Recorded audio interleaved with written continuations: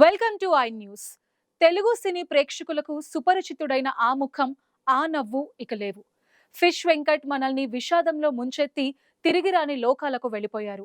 ఆయన మృతికి గల కారణం అందరి హృదయాలను కదిలిస్తోంది. నెల రోజుల క్రితం తీవ్ర అనారోగ్యంతో హాస్పిటల్లో చేరారు ఫిష్ వెంకట్.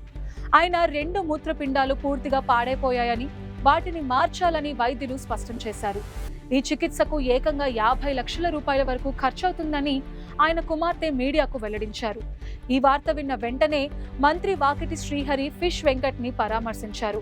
ఆయన చికిత్సకు అయ్యే ఖర్చును ప్రభుత్వమే భరిస్తుందని హామీ ఇచ్చారు. ఎంతో మంది అభిమానులు, సన్నిహితులు కూడా ఆర్థిక సహాయం అందించారు. ఆశ చిగురించింది. కానీ విధి బలీయం. ఎంత ప్రయత్నించినా, ఎంత వెతికినా ఒక్క కిడ్నీ దాత కూడా దొరకలేదు. సమయం మించిపోతోంది. ఆరోగ్యం మరింత క్షీణించింది. చివరి ప్రయత్నాలన్నీ విఫలమయ్యాయి. కిడ్నీ దాత దొరకపోవటంతో ఆయన ఆరోగ్యం పూర్తిగా దిగజారింది.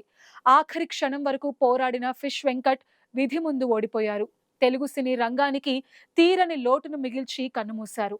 ఆయన ఆత్మకి శాంతి చేకూరాలని కోరుకుందాం.